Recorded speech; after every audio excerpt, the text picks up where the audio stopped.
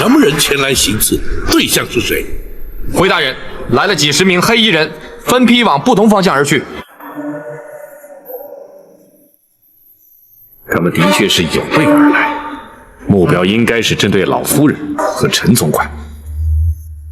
他们是要杀人灭口，让本府死无对证。啊！没拦住陈琳，奴婢该死！抬起头来。包拯不过派了2个人去接陈琳，你竟然会拦不住他？奴婢没想到包拯会派江湖人陪同保护，他们的人武功高强，奴婢的人根本不是他们的对手。江湖人？这包拯居然和江湖人串通一气，看来他是早就有了准备。陈琳如今人在何处？他已经进了开封府。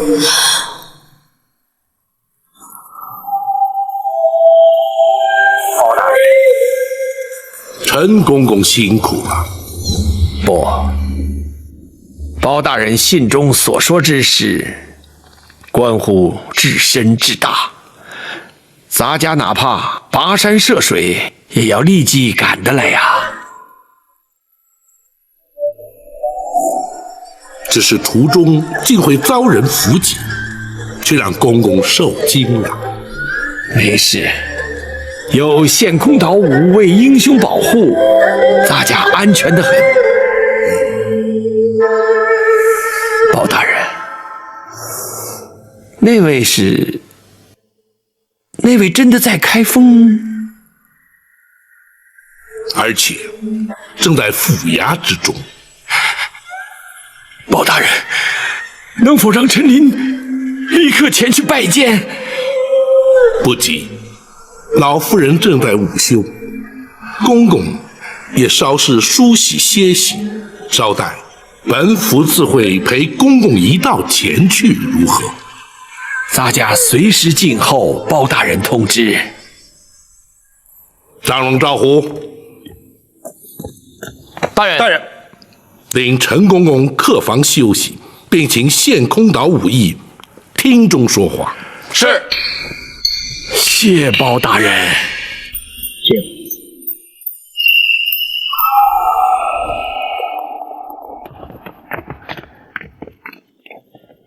大人，如今白玉堂已将陈总管安全带到京城，大人可要带他进宫面圣？不，时机不宜，还是将老夫人之事了结之后再去不迟。是。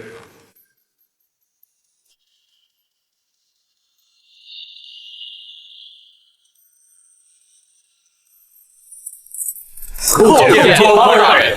无畏秦旗，谢包大人。陈公公安然抵京，无畏功不可没。包大人有令，草民兄弟岂敢不遵？幸喜人证无恙。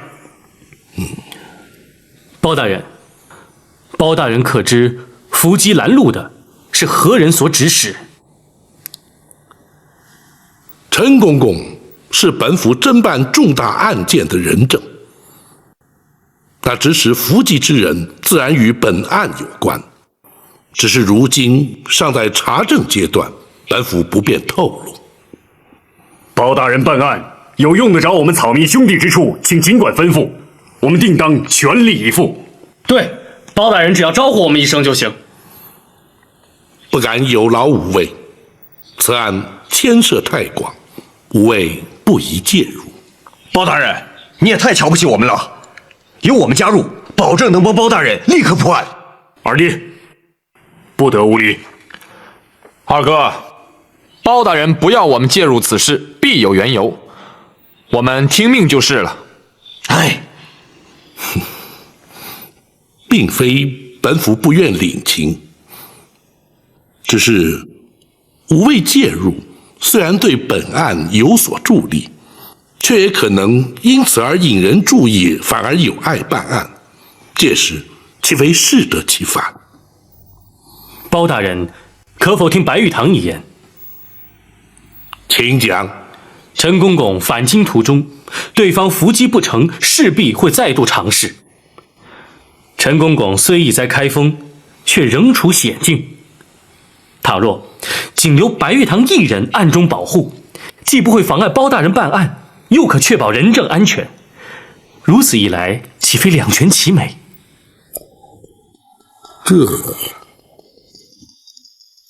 大人，白武侠言之有理。虽然展护卫在府中，毕竟分身乏术，倘若白武侠从旁协助，当可确保无事。大人也可专心办案，而无后顾之忧。公孙先生所言甚是。既然如此，白玉堂一人留下便是。谢包大人。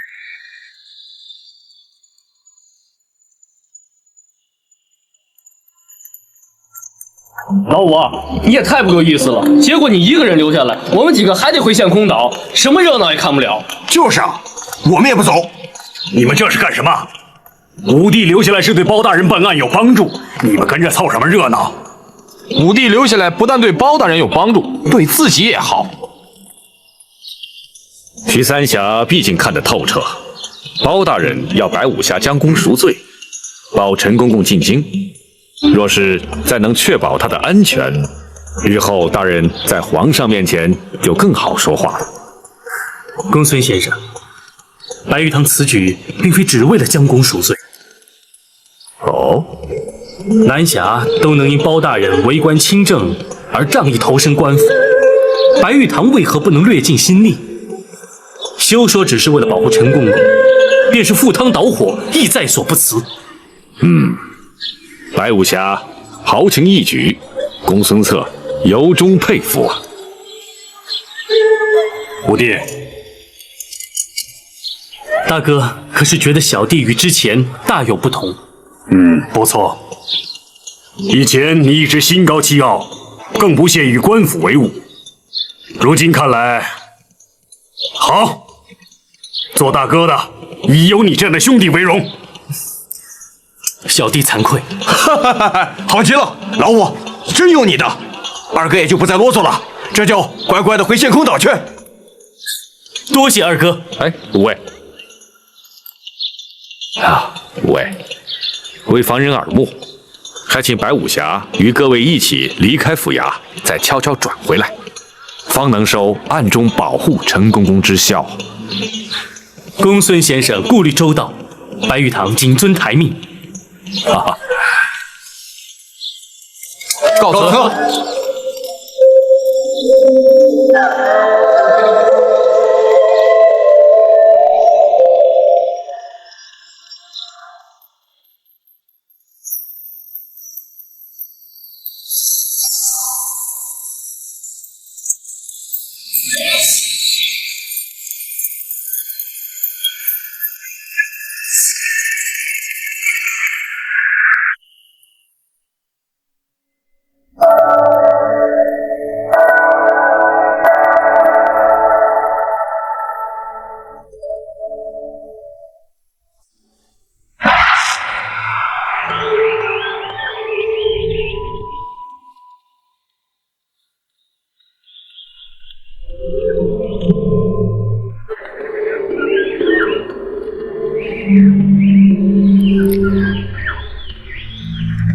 这一颗小小的金丸，竟然会是日后被封为皇后的凭证，真是太不可思议了。母以子贵，虽说是传统，可是也太没道理了。孩子临盆还早，妹妹何必又想那么多呢？如果真的生了儿子，皇上真的会封皇后吗？君无戏言，当然会了。我想，只要我们的孩子平安降生，健康快乐的成长，我就心满意足了。姐姐比我先怀孕，自然会先生。那么将来，姐姐就是皇后了。现在生男生女还不知道呢。就算生了儿子，被立为太子又如何呢？你我姐妹情深，我的儿子就是你的儿子。太子是谁生的，又有什么区别呢？可是太子毕竟只有一个，皇后也只有一个啊。妹妹，听我一句，权势富贵固然迷人，可是安详和乐更为重要。我们何其幸运被选入宫中陪伴皇上，可我们又何其不幸与家人断绝往来。身为贵妃，我们生活无忧，享尽荣华，比起大多数人更是天壤之别。妹妹，所以只要我们生活的快乐、健康、平安，谁是太子，谁当皇后，真的一点都不重要。妹妹，你说呢？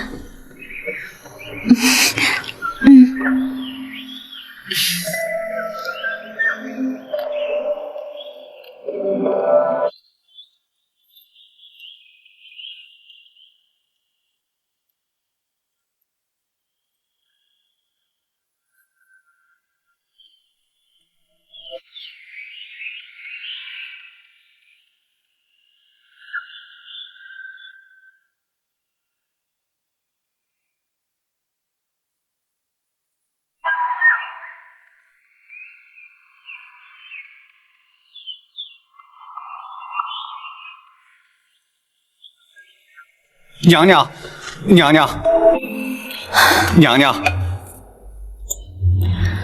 如何？那些江湖人已经离开，开封府一切正常，并无异样。看来他们正在密谋对策，随时可能有所行动。娘娘，奴婢从头到尾的仔细想了一遍，这实在不明白他们又能对娘娘如何呀？怎么说？当年是先皇下旨赐死李妃，这火烧冷宫是总管秦凤自己干的。这狸猫换太子，只有寇珠参与其中，而寇珠却又早已命丧九泉，他们怎么追也追不到娘娘身上啊！郭淮，你跟着哀家30几年，竟然会如此懵懂。请娘娘明示。全案最为关键的一点是，当年那被换去的小太子下落何方？这如今即可断定，当年寇珠非但没有将太子掐死埋葬，反而交给了陈琳，随后他便去了八王爷府，而八王爷如今更参与此事。娘娘，那么太子当年是交给了八王爷，可是这20多年都过去了，可太子他从来没有露过面呢。如果当年那个小太子活了下来，如今该有多大岁数了？27、8岁吧。不错，正与皇上同庚。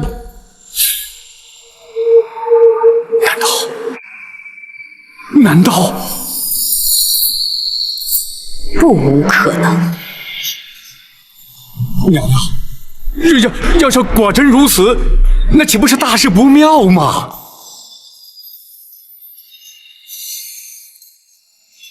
这正是事隔20年之久，李妃和陈琳会相继回到京城的主要原因。奴婢陈琳叩见娘娘。陈公公，快请起。谢娘娘。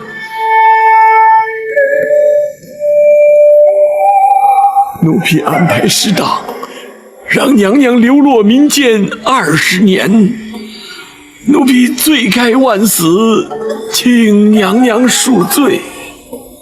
公公不要自责，当年若不是公公冒死相救，哀家又岂能活到今天？小太子如今已成为当今皇上，一旦母子团圆，娘娘的旷世奇冤便可昭雪，也不枉娘娘忍辱多年呐。若没有公公的常年护佑，皇上也不能够如此顺利茁壮成长了。赵氏一族亏欠公公的太多了。奴婢不敢鞠躬。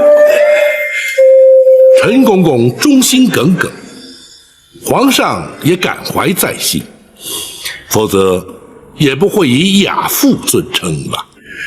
哎呀，陈琳一个奴才，有何德何能，敢当此尊称啊？陈公公的忠肝义胆，后世自有公平。眼前本府有若干的不明之处，还请公公示意。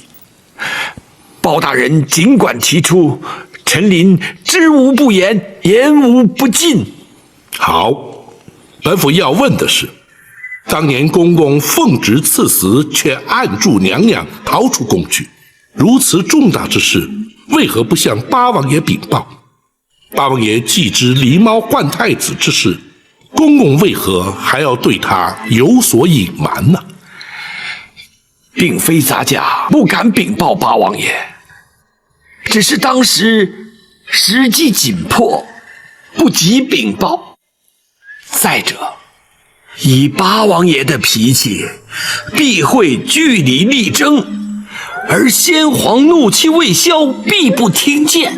如此一来，反倒毫无退路了。所以，咱家本想待事过境迁再禀明八王爷，怎奈娘娘出宫之后，竟断了消息，音信全无。唉，也真是造化弄人。谁知道接应之人会在途中突然病死，哀家因此与秦凤也断了联系。娘娘下落不明，而冷宫的一把火已将假扮娘娘的于中烧得尸骨难辨。当时并无人怀疑娘娘依然健在，斟酌再三，我只得对八王爷隐忍不说。陈公公，后来皇上继位，大权在握，陈公公因何没有伺机向皇上奏明当年往事呢？哎呀，皇上不明身世真相，对刘后已有母子之情啊。且事隔多年，人事全非，单凭陈琳一人，又如何能将此事揭穿呢？万般无奈，只得告老还乡，远离京城啊。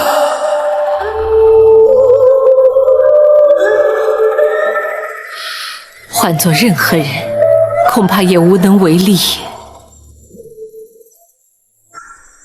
本府尚有一事，百思不得其解。娘娘逃离后宫当夜，冷宫当即遭到火焚，想必不是巧合。不知陈公公可知其中内情？冷宫失火，乃是秦凤自焚呐。你待怎讲？当郭槐验过尸首，离开冷宫之后，咱家愈想愈担忧。没想到，还真的把郭槐给瞒住了。狱中这条小命，总算没有平白牺牲啊。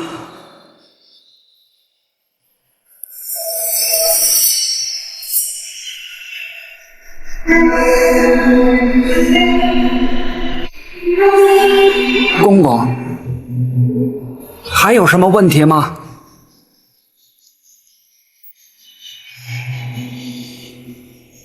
瞒得了郭槐，只说明在后宫没人知道是于中假扮了李娘娘。那就行了。明儿一早，神不知鬼不觉的，就把这尸首送出宫去了。然后呢？交开封府收敛埋葬啊。问题就出在这儿啊！开封府必然依法验尸而后埋葬。于中和你我一样都是阉人，可是男女毕竟有别呀。能瞒得过府里的仵作吗？这一旦仵作发现真相，必向宫中回报，郭淮还是会知道。哎，怎么办呢？嘿，公公，你有办法吗？百密而一疏啊，如今也无法可施。但愿在他们发现真相之前，娘娘已安全脱身。可是，他们却会找上我们。不错，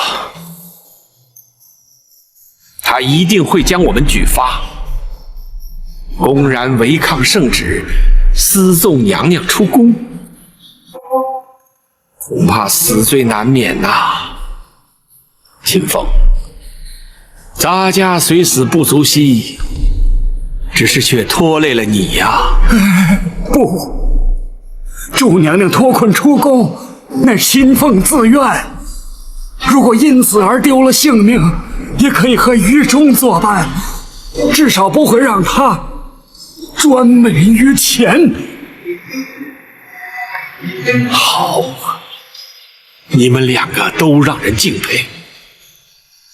只可惜，娘娘虽逃出宫去，被扣上抗旨潜逃的罪名，或许永远也没有平反之日了。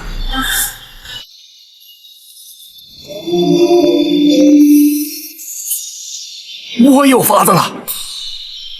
哦，你快说。仵作验尸必须有尸可验，如今唯一的办法就是毁尸灭迹。话虽不错，可是郭淮再三交代要你看顾尸体，一旦毁尸灭迹，他仍然会找上你，而且必会怀疑你毁尸灭迹的目的。我有把握，叫郭淮不会怀疑，也无从追查。事关重大，你必须说明用什么法子。今夜3更，冷宫会有一场大火，火场之中只有2具焦尸，一具是李娘娘，另一具是冷宫总管秦凤。你书都是死，就让我死的值得些。秦凤，请受我一拜。公公，只请公公答应我一件事。你说。请公公务必保娘娘有朝一日平反沉冤，让秦凤于中死而无憾。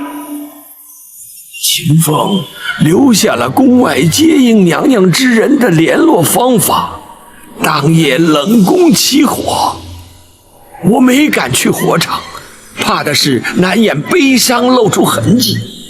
秦凤虽死，却掩盖了真相，没有让郭淮起疑。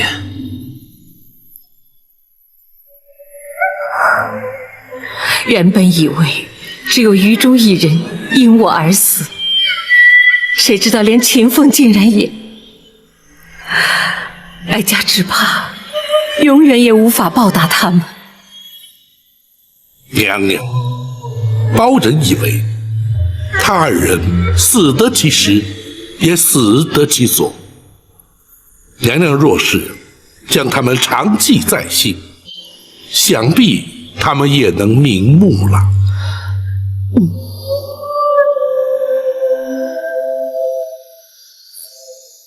陈公公，学生有疑问想要请教。公孙先生，请说。当年与郭淮狼狈为奸的首席产婆尤氏下落如何？陈公公可知晓啊？咱家当时暗中查过，只知道他出宫不久便被人劫财杀害，官府也登录无误啊。显然是杀人灭口。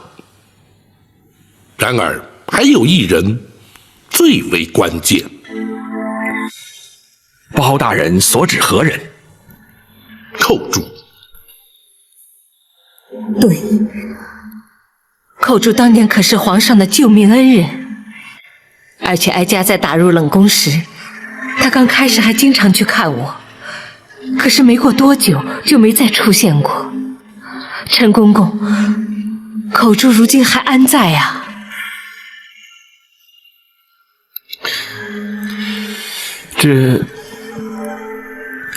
陈公公，寇珠可说是此案关键，对大人平反此案帮助甚大。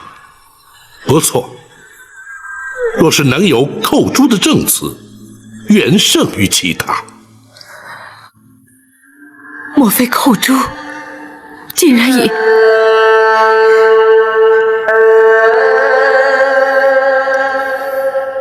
本府明白了，陈公公，寇珠的情形与此案关系重大，公公恐怕不能不说。寇珠虽然年轻，却让人敬佩啊。娘娘被打入冷宫之后，先皇迷上了丹药之术，连金华宫都许久不去。刘皇后圣诞之日，指派咱家前去送礼。离开金华宫时，竟遇见了寇珠。公公，此地无人，公公放心。寇珠，咱家不是说过你我尽量不要见面，以免起人疑窦，你为何偏要来见我？公公，情势紧急，寇珠不能不向公公禀报。发生了什么事情？这几天，寇珠常偷着去冷宫探望李娘娘，谁知道竟然被郭槐发现了。啊！你这个丫头真是的，这不是找麻烦吗？寇珠是因为不忍心叶娘娘受委屈，所以……哎，你赶快向郭槐认错请罪，任他处罚，相信不会有什么事的。不，他已经起了疑心，甚至追问我当初把太子的尸首埋在什么地方。啊？他想干什么？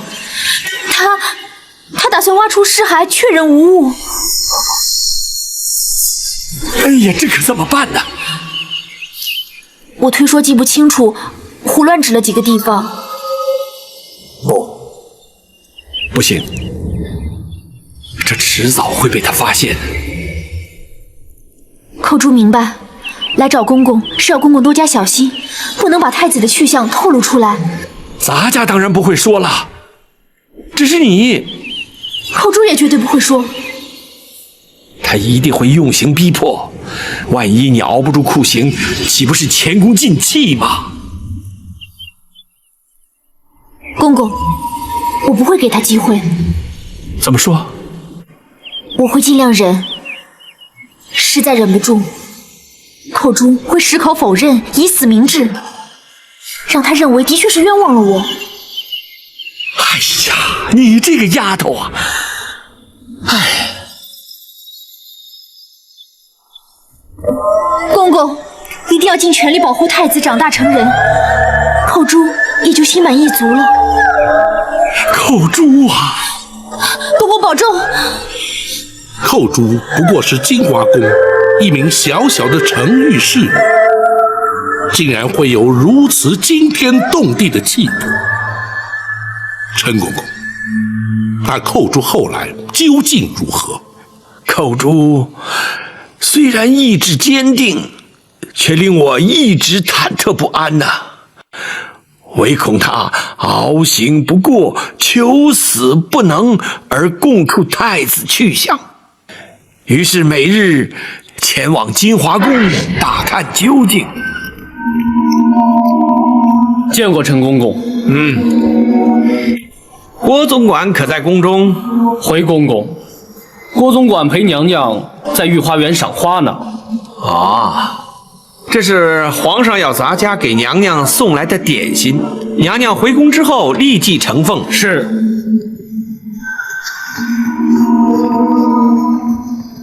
哎，怎么拣这个时辰清扫？皇上随时可能驾临，若是冲撞了圣驾，那还了得？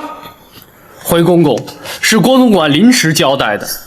哦，为什么？昨晚有一名程昱撞柱自尽，留下了血迹，郭总管交代要立刻清洗。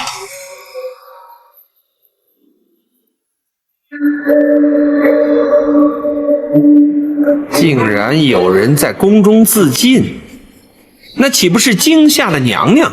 所以郭总管才陪娘娘去花园散心。你可知那名程昱是因何自尽的？啊，听郭总管说是思乡心切，想逃出宫去，被抓回来之后畏罪自杀。哦，她叫什么名字？寇珠。好一个忠心刚烈的奇女子！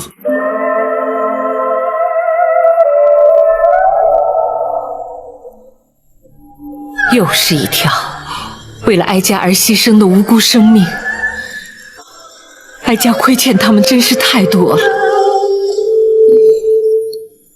既然寇珠是自尽身亡，想必没有泄露太子的下落。的确如此。寇珠既然已死，他们自认天衣无缝，而狸猫换太子的阴谋永远也不会被揭穿，故而不再追查，这才使太子得以安然无恙地在宫中成长啊。只是如今，非但会揭穿30年前的谎言，他们更会因此而付出代价。陈公，本府对此案的疑点均已厘清，多谢公公指点。咱家只要能在有生之年亲眼目睹旧案平反，奸人伏法，也就不枉此生了。届时还要请公公作证对质。臣您静候包大人传唤。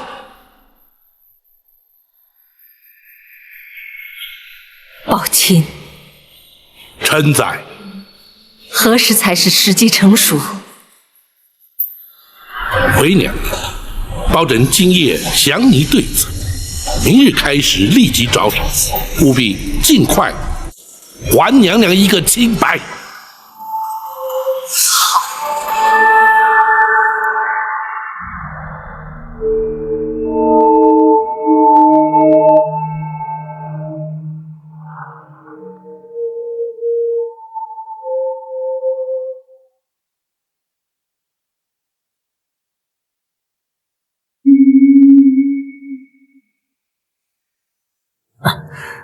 奴婢郭槐告进。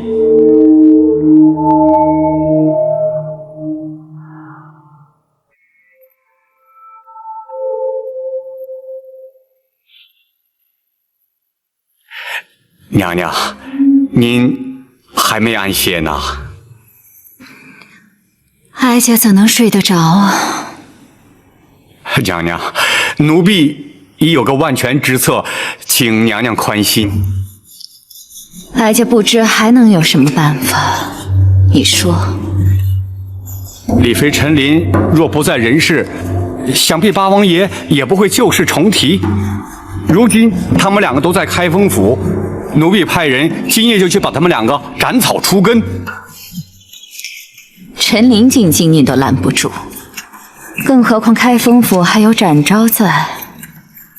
那些江湖人早已离开了，一个展昭他分身乏术，奴婢只要杀掉他们其中一个，他包拯就难以翻案了。若是刺杀不成，岂不反成了包拯的口实？那就连包拯一块杀。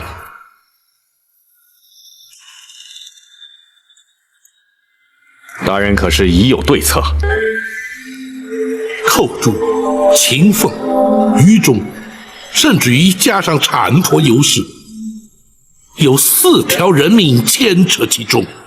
如今已不单是为娘娘平反，而是涉及无辜命案。本府明日一早立刻去见八王爷，开始侦办。哪里走？大人，请留在屋里，不可出去。发生了什么事？有刺客！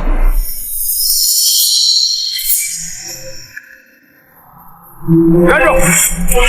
来是何人？有人进府行刺。老夫人放心，有我们在。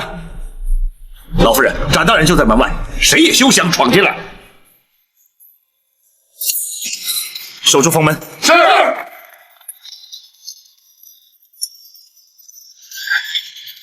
你们绝没有机会得逞。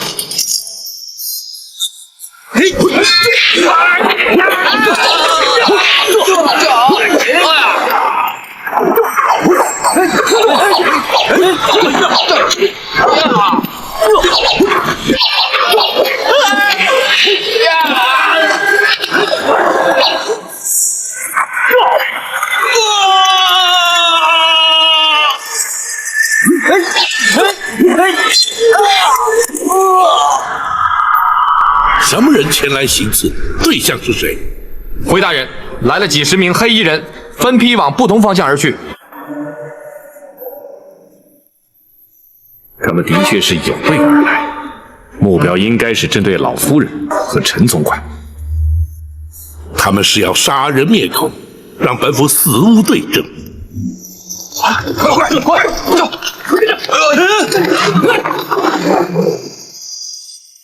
白玉堂在此，你们修中了调虎离山之计，去保护包大人，这里就交给我。走！你们还等什么？动手吧！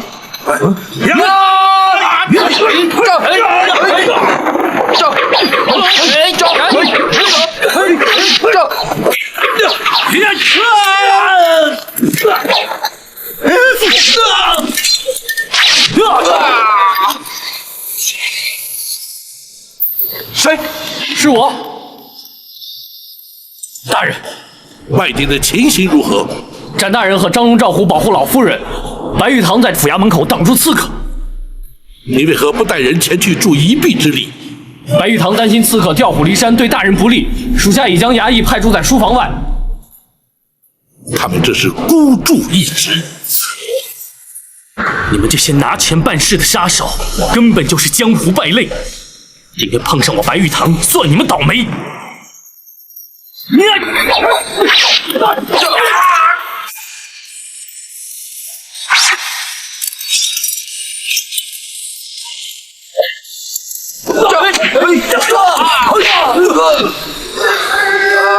展某不想多伤人命，你们放下武器，束手就擒，或许还能免于一死。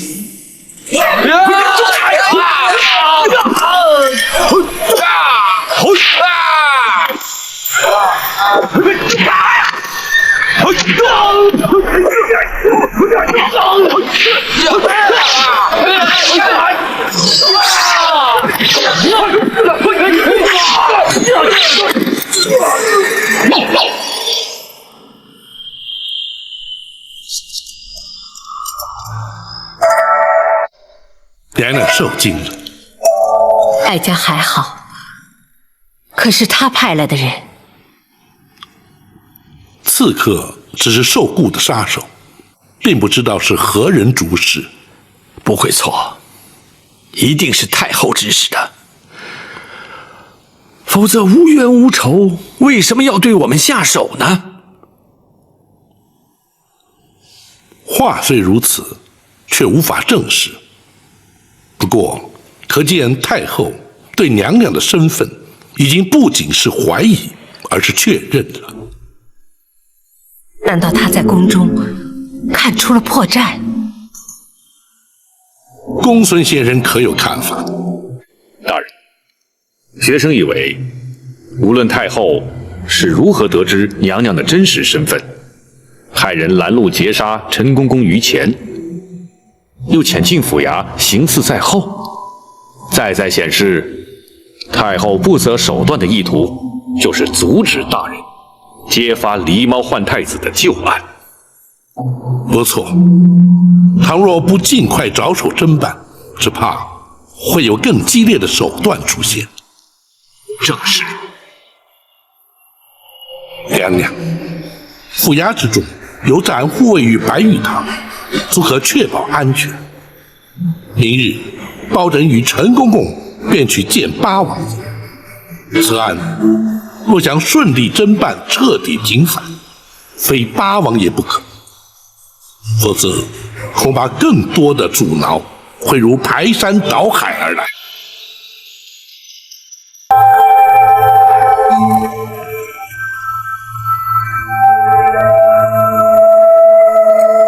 若不是有你在，陈公公只怕已遭人毒手。只要包大人不嫌弃我再次妨碍办案就行了。包大人早知道你会有所帮助，只是你并非官府中人，不便主动相邀罢了。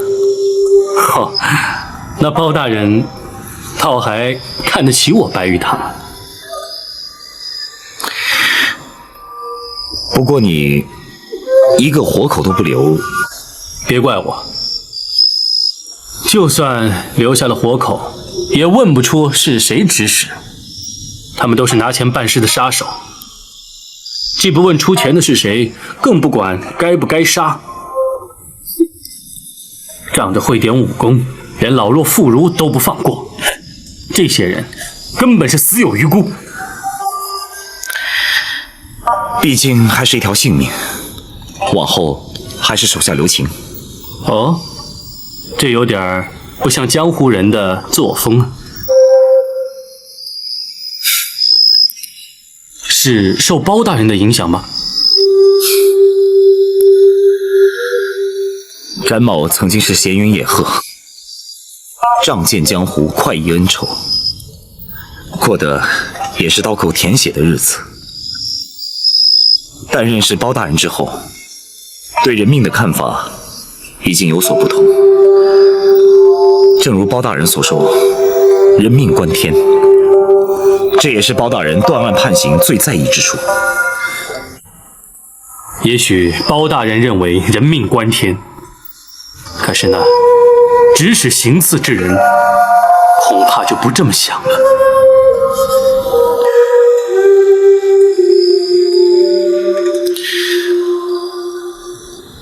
奴婢该死，没想到那帮杀手根本就没用。所以李妃和陈琳都好端端的活着。是，奴婢会再想法子。不必了。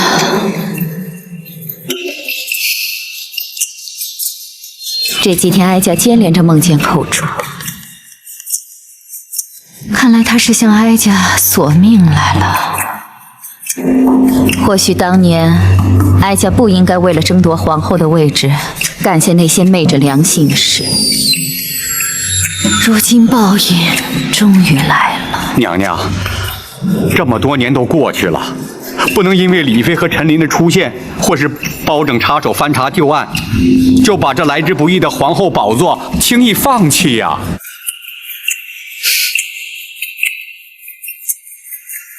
不放弃行吗？当然行啊，娘娘，你可别忘了，还有皇上啊。皇上？啊，皇上对娘娘像亲生母亲一样孝敬。别说是李妃陈琳，就算是寇珠死而复生，只要娘娘您和奴婢矢口否认，那皇上相信的，毕竟还是娘娘啊。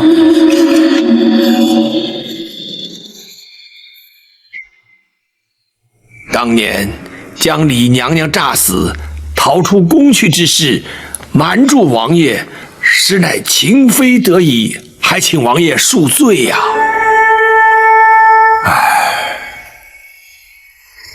本王又岂会料得到，其中竟会有如此的曲折。那秦凤与于中的义举，着实令人敬佩。却又令人扼腕。若非如此，又怎能保住娘娘的性命？他人求人得人，换得的是天理昭彰，报应不爽。不错。那刘太后与郭槐，至今犹以为天衣无缝，可以只手遮天，却万万没有想到，这李妃尚在人间。不，他们不但知道，而且昨夜还派人前往府衙，企图行刺娘娘与奴婢呀！什么？幸亏展护卫与白玉堂均在，娘娘安然无恙。真是岂有此理！他们竟然想杀人灭口，真是无法无天了。好，本王立刻进宫，向皇上说明一切。王爷请慢。包大人，你前番要本王忍耐，等陈公公进京之后再去灭圣。如今真相已明，又何须等待？王爷，并非包拯要等，而是必须先与王爷商定对策。事实俱在，只要向皇上禀明一切，又何须对策？王爷，皇上始终自认是王爷亲生，若是直言相告，皇上又将情何以堪？包拯以为，还是循序渐进，婉转秉承较为妥当。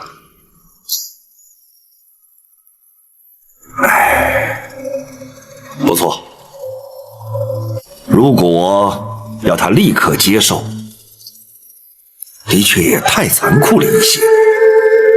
此外，皇上仁厚孝敬，对刘太后敬之若母，如今却在一夕之间，太后竟成强害生母的罪魁元凶。面对如此局面，皇上势必难以承受，无法置怀。陈琳，奴婢在。皇上自幼进宫，便由你陪伴成长。依你之见，皇上将会如何呀？回王爷，生育之恩与养育之情对皇上同等重要。奴婢认为，除非是刘太后坦诚罪状，否则皇上是绝不会忍心降罪的。哼，要他认罪，谈何容易？王爷，若要拿郭槐认罪，却并非不可能。包大人是要从郭槐身上着手？正是。那郭槐做贼心虚，定然不肯由包大人传唤审讯。刘太后心知肚明，也绝不会放人。包大人又如何能让那郭槐认罪呢？包拯倒有意见，只是必须陈公公协助才行。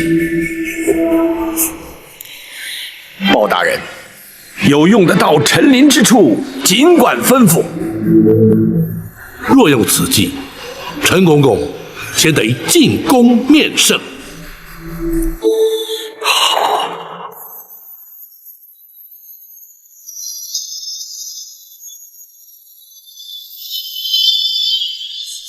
亚父，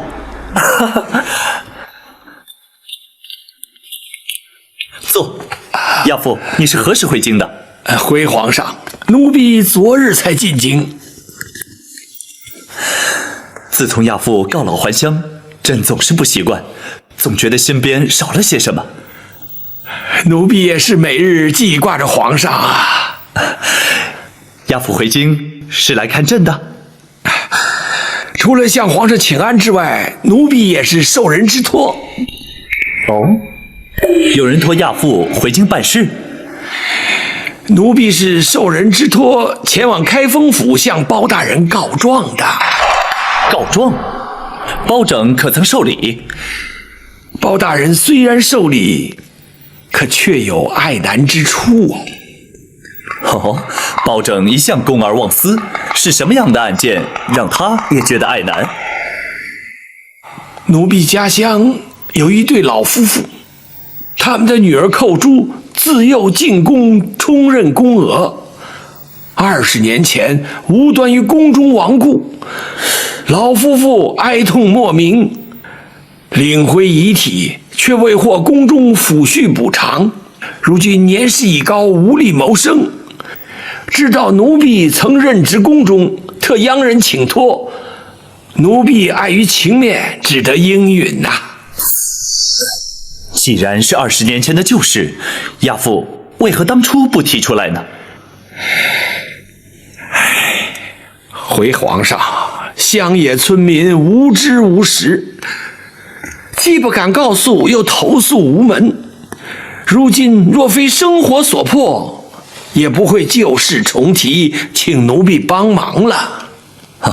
此事倒也好办，只要包拯查明属实后行为内侍省，自可按规例补偿。包大人也是这么说，可是要查明属实，却需传唤人证，包大人就难在这儿。哦，难道内宫不肯配合？倒也不是，只是当年寇珠隶属金华宫，如今郭公公已随太后娘娘转任至仁寿宫，总管后宫。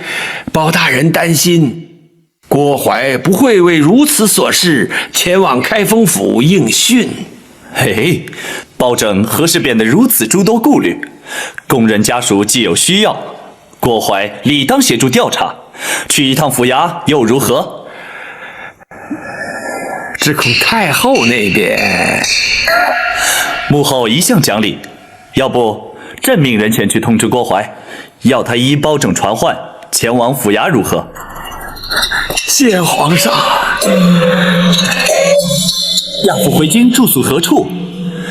要不还是回宫里住吧，这样朕也可与亚父多做亲近。回皇上，奴婢既然受托前来告状，还是住开封府较为方便。一旦了结此案，立刻进宫服侍皇上。好，朕就等你入宫。奴婢遵旨。大人妙计，皇上下旨，郭槐他不敢不来。他要是来了，咱家倒要听听，他还能有什么说辞？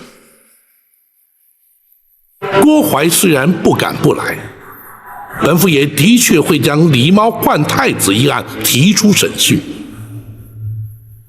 但若郭槐矢口否认，却也不能就此定谳，仍需设法取得他的供状。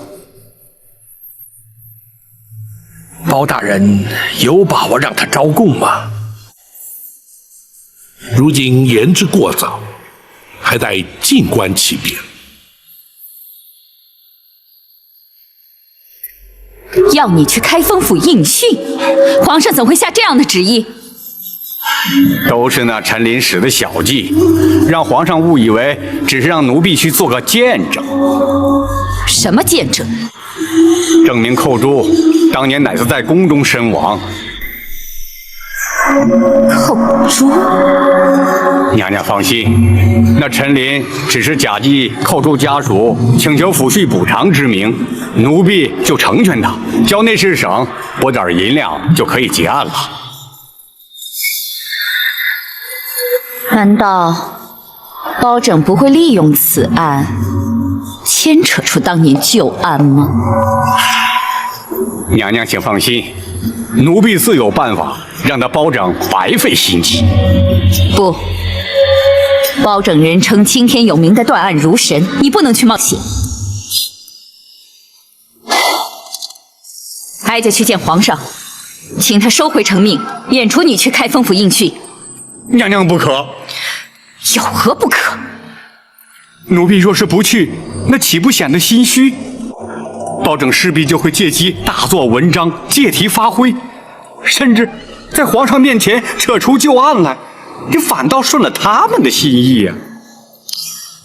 倘若你去了，难保不会陷入包拯问案技巧，落入圈套的。娘娘，奴婢自会掌握分寸。一旦包拯提及狸猫换太子一事，奴婢就会矢口否认，任他包拯如何断案如神，也难从奴婢口中套出半句话。倘若他对你用刑，受刑不过，你必定还是会招供。娘娘，包拯他一向以清官自诩，而不耻于动辄滥用三目之刑的酷吏，奴婢相信他不会动刑的。若是他一反常态，真的用刑，你又当如何？他若是严刑逼供，奴婢事后也会翻供，依旧让他白忙一场。哀家还是难以安心。娘娘，奴婢去开封府应讯用不了多长时间，倘若娘娘还不能安心的话，这入夜之后，奴婢若是还没回宫，娘娘再去向包拯要人也不迟啊。好吧，你自己要当心。谢娘娘关心。既然是非去不可，就别让包拯小觑了你。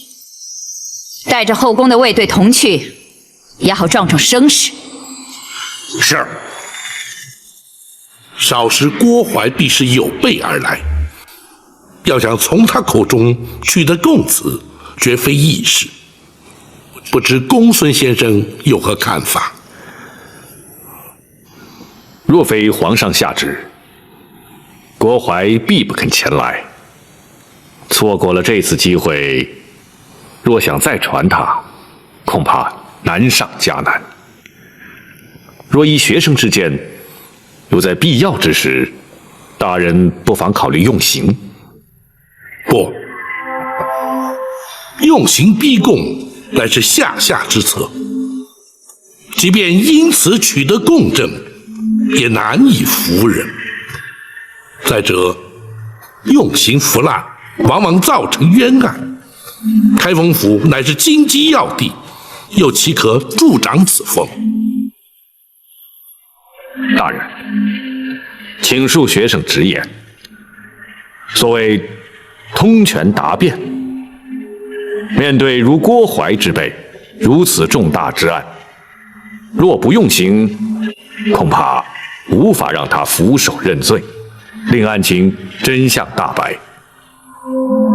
正因为郭淮并非一般的刁民恶吏，狸猫换太子一案更非一般刑案，所以更要谨慎，稍有不慎，必生争议。轻则难以平反，重则动摇国本。公孙先生，你我必须绞尽脑汁，另谋良策，让那郭淮伏法认罪，而不能依仗三目之刑受人口实。是，学生明白。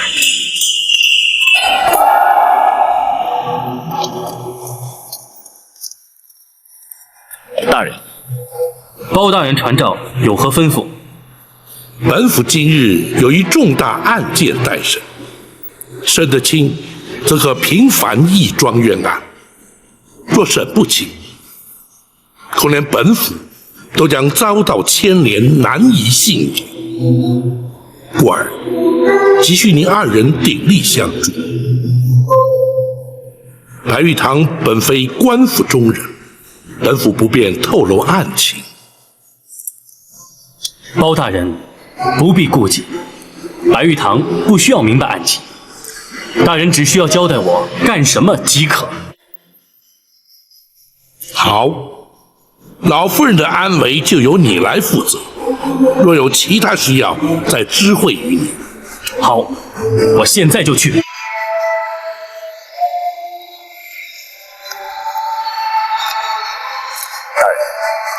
属下要做什么？郭淮此来，若不能让他俯首认罪，将永无第二次机会。因而，一旦郭淮进府，本府必将问个水落石出，否则不会让他出府。属下明白。展护卫还要确保，在审讯期间不能有任何外人入府干扰。大人放心，属下保证将开封府变成铜墙铁壁，滴水不漏。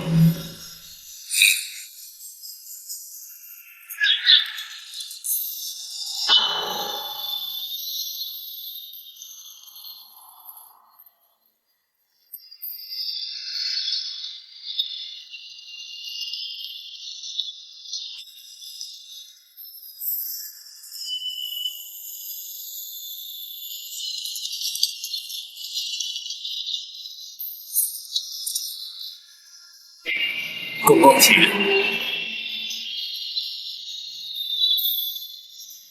压轿。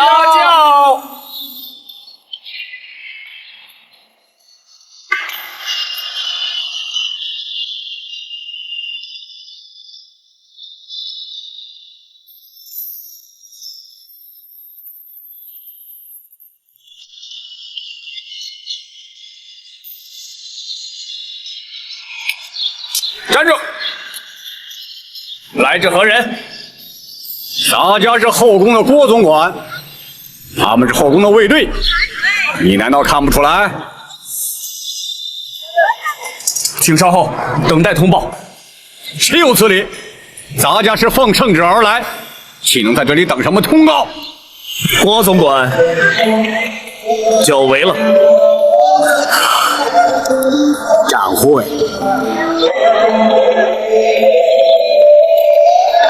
展会。郭总管奉旨而来，怎可怠慢？是，郭公公，请。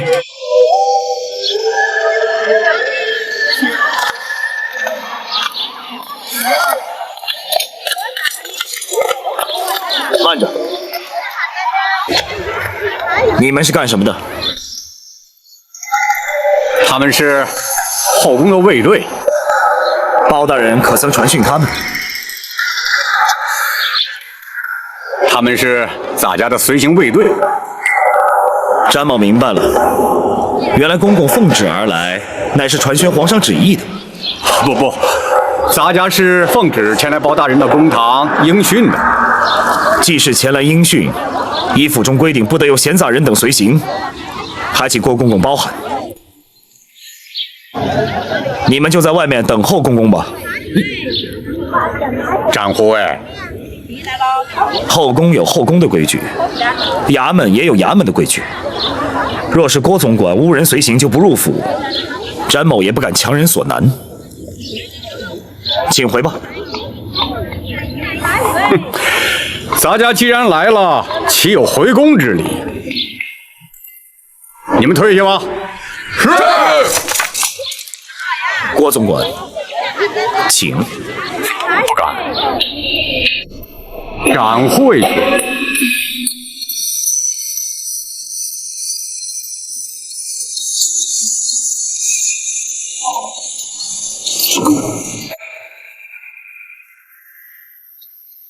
郭公公亲临开封府，协助本府审案，在此谢过。好说，包大人既然用得着咱家怎能不来啊？只是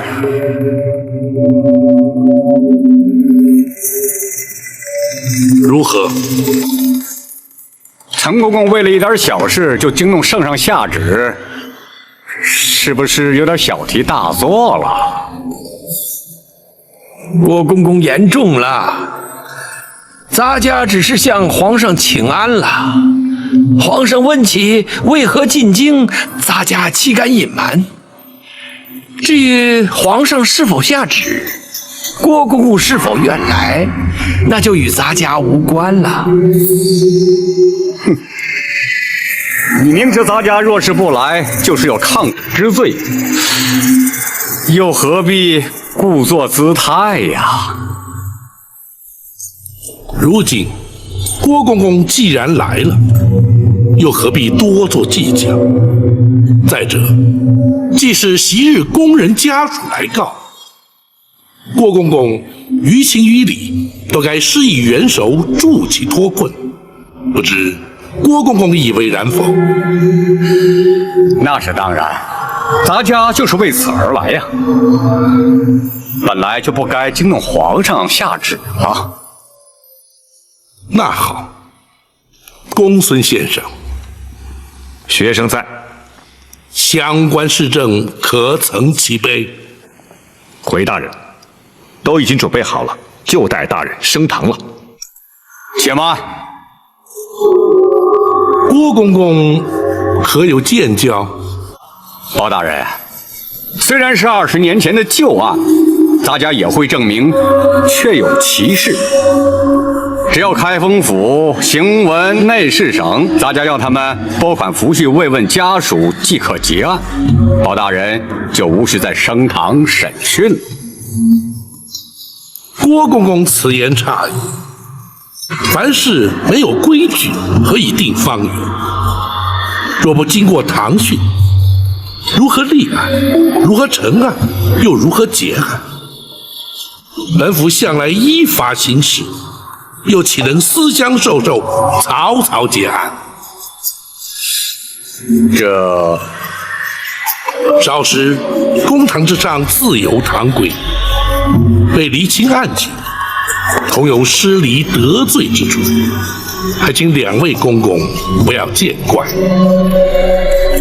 包大人，公堂之上所言皆是公事，咱家自然绝无异议。咱家既然是应讯前来，那当然是应该由包大人说了算。那好，既然如此，王朝马汉张龙赵虎在，传令升堂。是。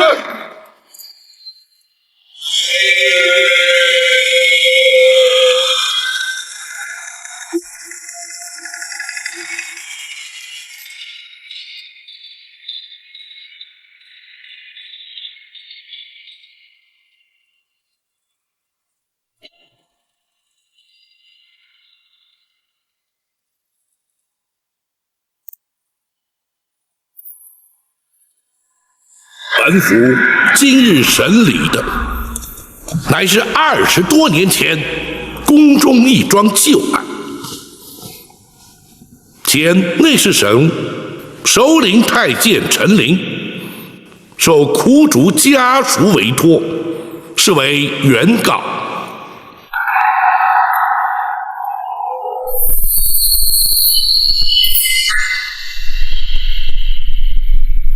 后宫太监总管郭槐列为被告。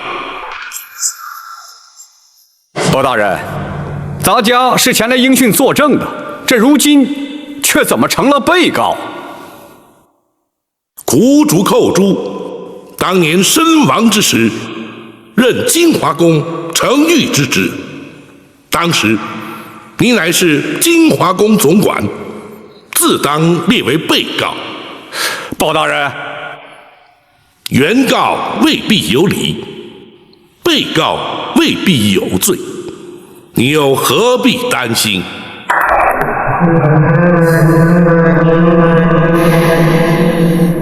公堂之上，一问一答都有记录。2位既是原告、被告身份，本府不用官称，而直呼其名，还请担待。陈琳，包大人，你状告何事？仔细说来。多年前，金华宫承御寇珠无端身亡，金华宫却未依公例慰问家属，发放恤金。如今寇珠父母年迈贫苦，难以为生，委托咱家状告金华宫，请求补发恤金。郭淮，包大人，你可有说辞？包大人，当年寇成玉乃是自尽身亡，因此位于抚恤。如今家属状告咱家，也不起于刁难，退堂之后立即补办补发就是。当年那寇珠是因何自尽？包大人，这已是20年前的旧事，又何须再提？如今咱家已经答应立即补发恤金，包大人即可结案，就不必再细问了。不，恤金虽是由后宫发放，却也是民脂民膏，朝廷公堂。当发就发，不当发，又岂可胡乱发放？若是不能问明缘由，本府又如何结案？包大人啊，郭淮，那寇珠究竟是什么原因自尽身亡？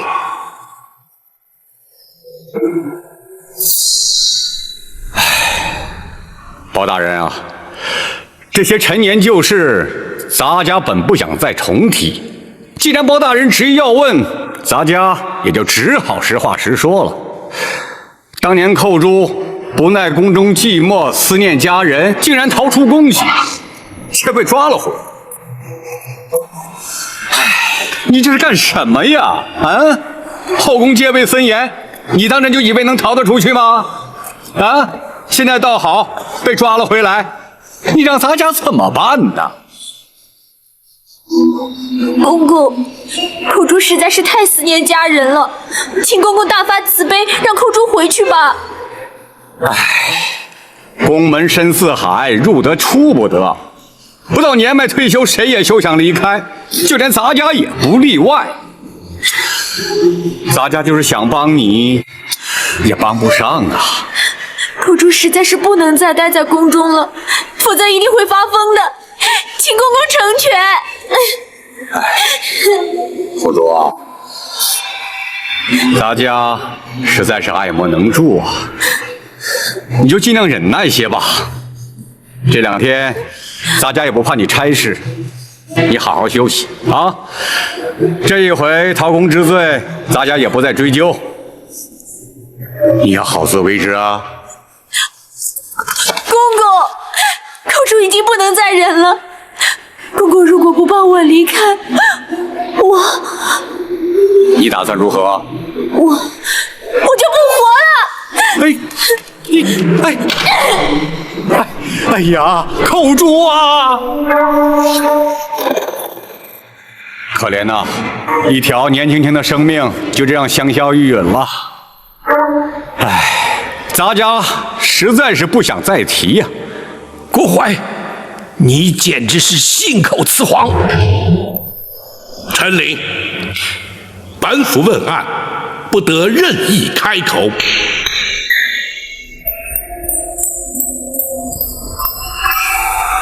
郭淮，倘若你所言属实，为何本府派人遍查当年进宫门卫日志，却并无寇珠潜逃出宫被捕纠办的记载？包大人查了门卫日志，本府审案之前当然要查。回本府问话。当时咱家唯恐坏了金华宫的声誉，刘妃娘娘，也就是当今太后，一向最重公誉，咱家是怕被责罚，所以要求门卫隐瞒不报。是吗？倘若包大人因此而追究咱家失职，咱家坦诚不讳，只是该由内侍省惩处，这开封府似乎就无权干涉吧。不错，本府的确无权干涉。然而，那寇珠身亡之后，遗骸却必须送出宫去，交开封府验尸定验。本府直司开封府府尹恰恰有权干涉。公孙先生。是。历年来，开封府文书案卷均有归档移交。经查，金华宫程昱寇珠，乃是因为头骨遭撞击破裂，流血致死。那的确是他自己撞的。郭淮，目前并无人认为寇珠是他杀，你又何必急于解释？是咱家多言了，包大人勿怪。公孙先生说下去。是。验尸单上明白记载，尸身上有多处外伤，疑似遭皮鞭抽击所致。显见死者在生前曾遭人施以鞭刑。哦，包大人，这寇珠身上为何出现鞭痕，咱家实在不知啊。或许是旧伤痕招仵作误判所致啊。就你适才所述，当年你非但未曾责罚寇珠，甚至对他安慰有加，更遑论对他用刑了。的确如此，包大人明鉴。启禀大人，尸单上还另有记载。说。是。从血渍的情形以及伤口来研判，仵作断定，鞭伤与头骨破裂之死，乃是同一时间造成。不可能！郭淮，本府倒要听听你作何解释。包大人，咱家的确没有对他用刑，或许是仵作验错了。你或许不知官府中的规矩，本府不妨告知于你：仵作验尸程序周密，除仵作本人，还需有相关衙差从旁见证，签押为凭。入殓之前，更有他人复验，一切无误之后，方可结案。其所以如此繁复，原因无他，只因人命关天。你说仵作验错，本府却可断言，在经济重镇的开封府，几乎全无可能。包大人，适才，你为何要言谎？你为何要对寇珠施以酷刑？他可是受刑不过，宁可求死。你又为何要以酷刑将他逼死？凡此种种，原因究竟何在？你若不将当年情形照实说来，休怪本府不讲情面，依法论罪。包大人啊，这事隔20多年，咱家实在是记不清啊。可是咱家的确没有说谎啊！当年寇珠是因思念家人，潜逃出宫，咱家何必对他用刑，更何必逼他自尽呢？哼，那寇珠究竟是自尽，亦或是遭人杀害，尚未可知。你如何证明寇珠是思念家人而宁可自尽？包大人若是如此说，那么咱家也想反问包大人，如何证明寇珠他不是思念家人呢？很简单，当年那寇珠入宫之前，根本是个孤儿，何来家人思念？本府诈称寇珠家属为抚恤赔偿上告而将你迎来，本府真正要审要查的是，你为何要对他严刑逼供，置他于死？你竟然设立洒家！洒家立即回宫，请太后娘娘做主。站住！今日你来得去，去不得。包大人，难道你想把洒家强行扣住？即便如此，又有何不可？哼！包大人，你可别忘了，洒家可是后宫的总管，要动洒家，你得先问问太后娘娘。郭槐，若你以为搬出太后就可让本府却步，那就大错而特错。如今你乃是本府审理侦办的杀人凶犯，本府依法将你扣押，便是在皇上面前，本府也毫不退缩。你还想心存侥幸不成？包拯，你来人呐！在，将那嫌犯郭槐押入大牢，严加看管，听候本府再审。是。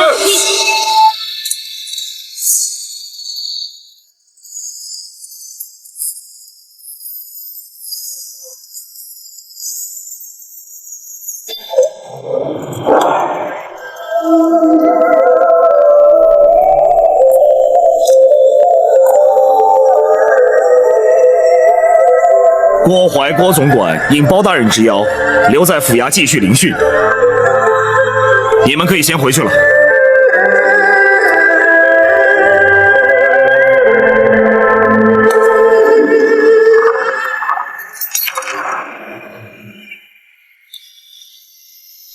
包大人，为何不继续审下去啊？郭槐在应答之间，显然是有备而来。关于寇珠自尽身亡一事，更是早已设下说辞，可见此人刁钻沉稳，兼而有之。若是逼问狸猫换太子一案，必定无功而返。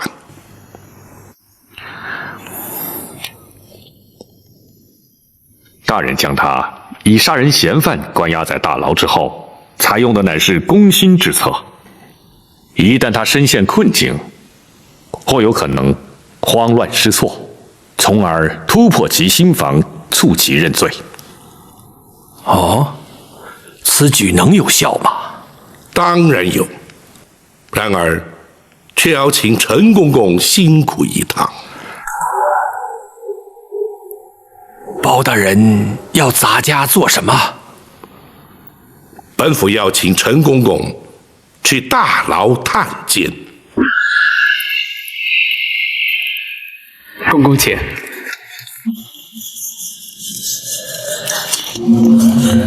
嫌犯就关在这儿。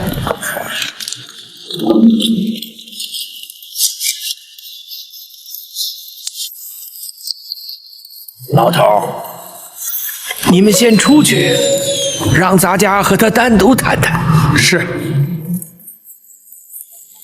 走吧。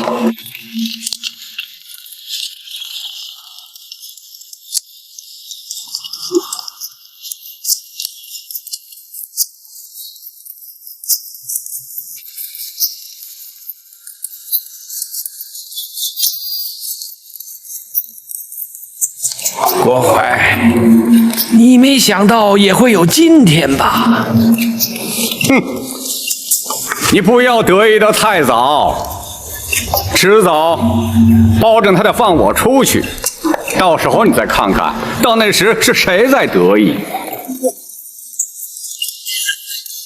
可惜你恐怕是出不去了。你凭什么说我出不去啊？凭你是害死寇珠的凶手。寇珠分明是撞柱自尽，谁能证明我是凶手啊？如果你不把他自尽的真正原因说出来，谁又会相信你？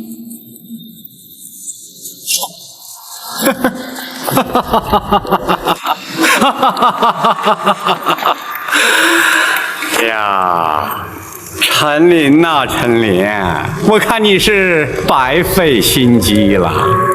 此话怎讲？你在皇上的面前编造谎言，把我骗了。包大人又煞有介事的升堂审问，这目的不就是想变着法儿的把话从我口里套出来吗？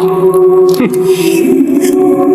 你想我会开口吗？啊？